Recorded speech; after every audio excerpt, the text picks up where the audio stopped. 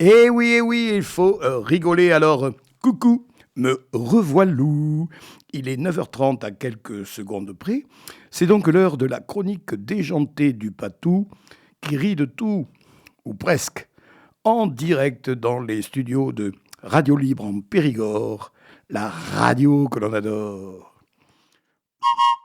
Le père va peut-être retourner en tôle suite au prochain jugement d'un nouveau scandale qui lui pend au nez. Alors, c'est au tour du fils, Louis Sarkozy, le bien nommé, de faire parler de lui. Et là, c'est grave. Hein. Je le cite. Écoutez bien. Je plaide pour une immense simplification de nos routes. Il faut supprimer les feux rouges, les lignes blanches, les panneaux de signalisation. Ce qui tue les automobilistes, c'est l'assistanat. Fermez le banc. Le fils Sarkozy serait-il un radical ? Bon, il est vrai que les feux rouges ne sont pas toujours respectés, mais surtout par les cyclistes, les mobylettes et les trottinettes. Tant qu'on y est, pourquoi ne pas supprimer aussi les feux verts ? Vu qu'aujourd'hui les piétons traversent n'importe quand. Il faut dire qu'ils se sentent immunisés, car si un automobiliste les écrase, c'est lui qui trinque. Quant aux lignes blanches, effectivement, les chauffeurs pressés n'y prêtent guère attention, peut-être même que certains ne savent pas à quoi ça sert. Je peux en témoigner, car je me fais doubler régulièrement, chaque vendredi, quand je me rends à la boutique de Tenon. En plus, ces fameux doubleurs oublient allègrement la limitation de vitesse. Et comme il n'y a plus de gendarmes pour surveiller la circulation, ils s'en donnent à cœur joie. Pour les panneaux de signalisation, idem, il y a belle lurette que le slogan « Stop ou encore » est devenu obsolète.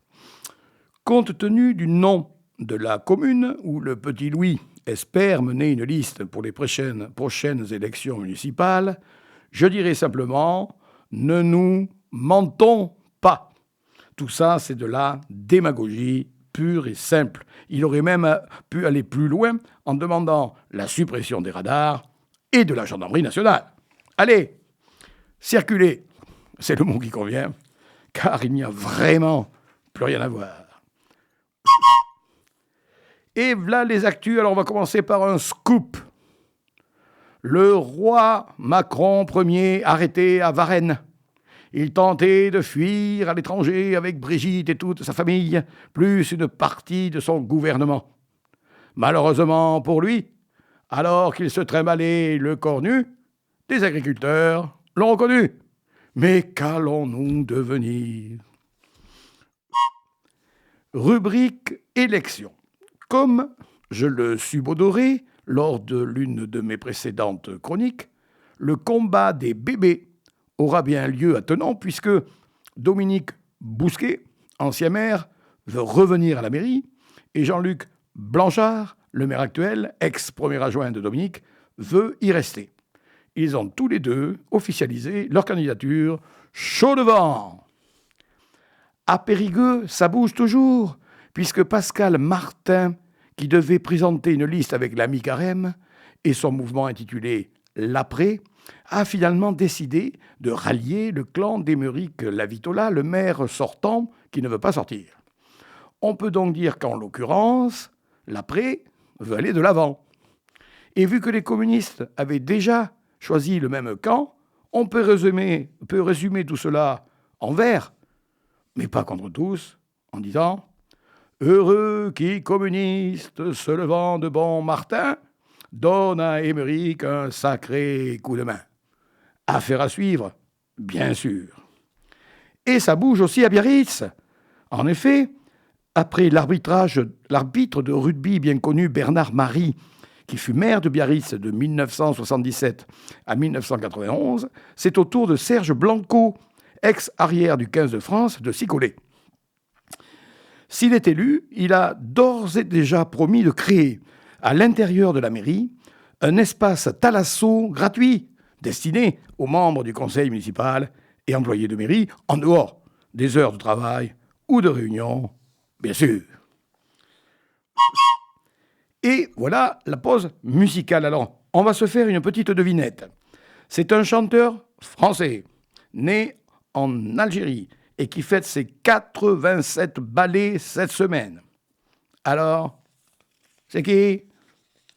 C'est qui? Eh ouais, c'est Enrico! Eh oui, c'est le brave Enrico! Avec une vieille chanson de 1968, avant la création du loto et de l'euro-million. À l'époque, pour être millionnaire, il fallait jouer au tiercé le dimanche. C'est Enrico qui le dit!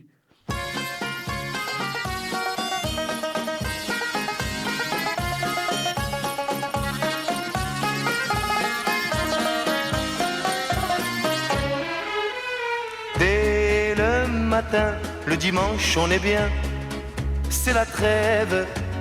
Et les voitures font de la route un train plein de rêves. Si ce jour-là, on fait moins attention aux dépenses, c'est que l'on a avec soi des millions d'espérances. Les millionnaires du dimanche laissent le pain sur la planche pour une chemise blanche qui leur va beaucoup mieux.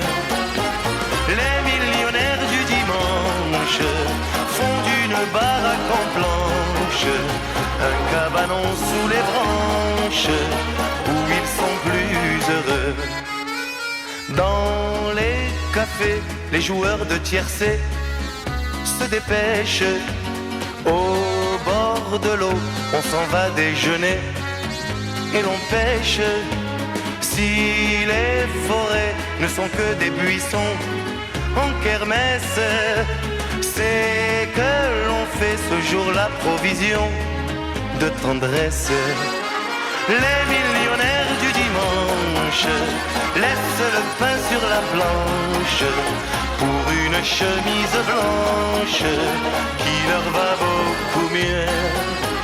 Les millionnaires du dimanche font d'une baraque en planche un cabanon sous les branches où ils sont plus heureux.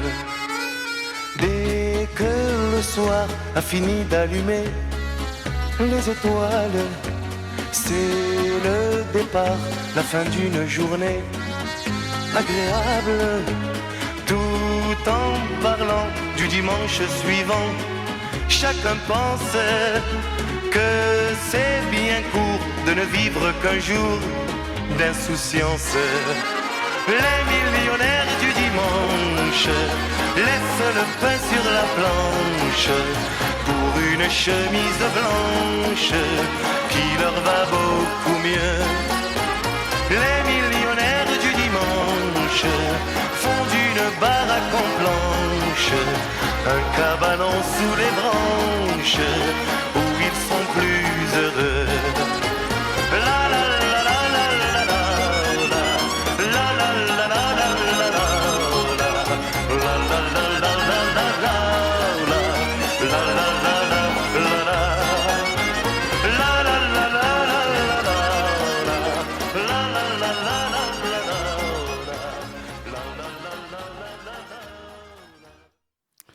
Alors, à propos d'anniversaire, eh bien, écoutez, je pourrais rajouter que aujourd'hui, à RLP, on a toujours une belle pensée pour notre ami Alain Bernard, qui a disparu maintenant il y a 5 ans et qui nous manque tous les jours. Et sans autre transition, voici le moment du contre-P. On commence par les contre-péteries chinoises de la semaine dernière. Macron serait arrivé à pied par la Chine. Et il faut inverser le P de pied et le CH de Chine. Brigitte, à l'idée de découvrir cette Chine, a été envahie d'une étrange pâleur. Là aussi, il faut inverser le CH de Chine avec le P de pâleur. Alors, pour elle, ce sera pure soie de Chine. Attention, c'est une contrepéterie à 3 bandes. C'est-à-dire que à la place du P de pur, il faut mettre le S de soie. À la place du S de soie, il faut mettre le CH de Chine. Et à la place du CH de Chine, il faut mettre le P de pur. Capiche? Non? Bon, alors, je vous la rejoue. Écoutez bien. À la place du S, du P de pur, il faut mettre le S de soi.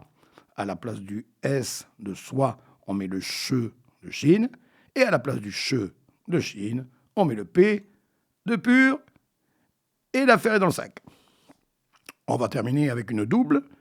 Il faut dire que le président parie volontiers sur la Chine, alors que son épouse est sensible au poids de la Chine. Ce sont encore des inversions du P de Paris avec le che de Chine et du P de poids avec le che de Chine.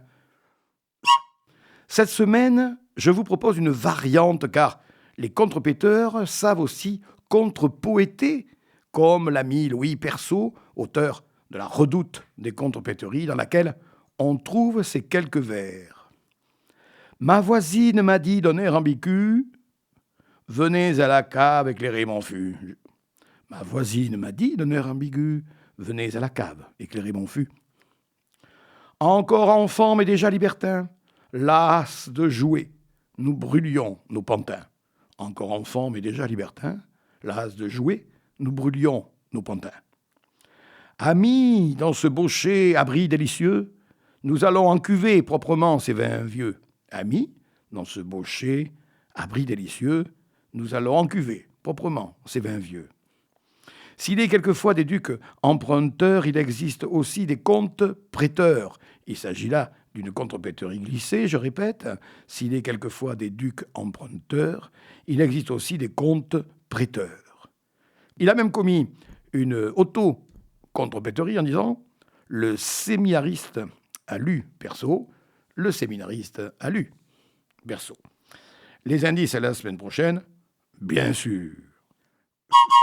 Et c'est la minute blague. Alors j'ai déjà évoqué l'écriture en cours de mon prochain ouvrage qui s'intitulera Périgord, terre d'humour.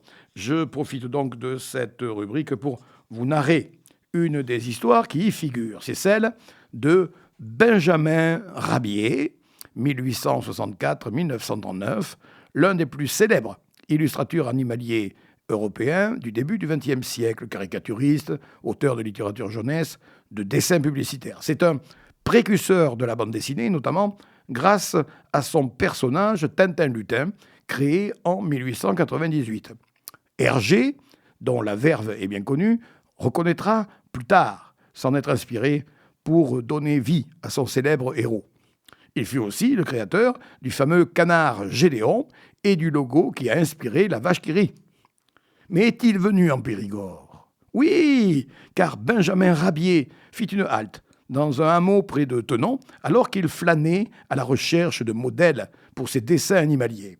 Réputé pour sa bienveillance autant que par son empathie à nul autre pareil, il fut décidé par les autorités de l'époque de donner son nom à cette petite commune qui fut donc baptisée Saint-Rabier. Étonnant, non? Voilà les petits loups, c'est fini pour aujourd'hui. N'oubliez pas que vous pouvez me réécouter vendredi à 15h30 et samedi à 9h30. À la technique, c'était Antoine et je le remercie. Normalement, j'aurais dû venir dédicacer, comme chaque année, au marché de Noël de Ribérac le week-end prochain. Malheureusement, vu le peu d'exposants, le comité organisateur a été obligé d'annuler cette manifestation et c'est bien dommage. Je me suis donc inscrit in extremis à celui de Rouffignac, dimanche 14 décembre, et j'en profite pour remercier publiquement l'association locale qui a accepté de m'accueillir. Tant que j'y pense, sachez que je serai aussi mardi 16 décembre à l'espace culturel du Leclerc de Trélissac, puis jeudi 18 à la librairie Marbeau de Périgueux, même que ma petite Livia viendra une partie de l'après-midi dédicacer ses recueils de petites blagues. Qu'on se le dise! En attendant de vous y rencontrer, je vous délivre le petit message habituel. Salut les copains, salut mes poules, vive nous et prenez soin de vous.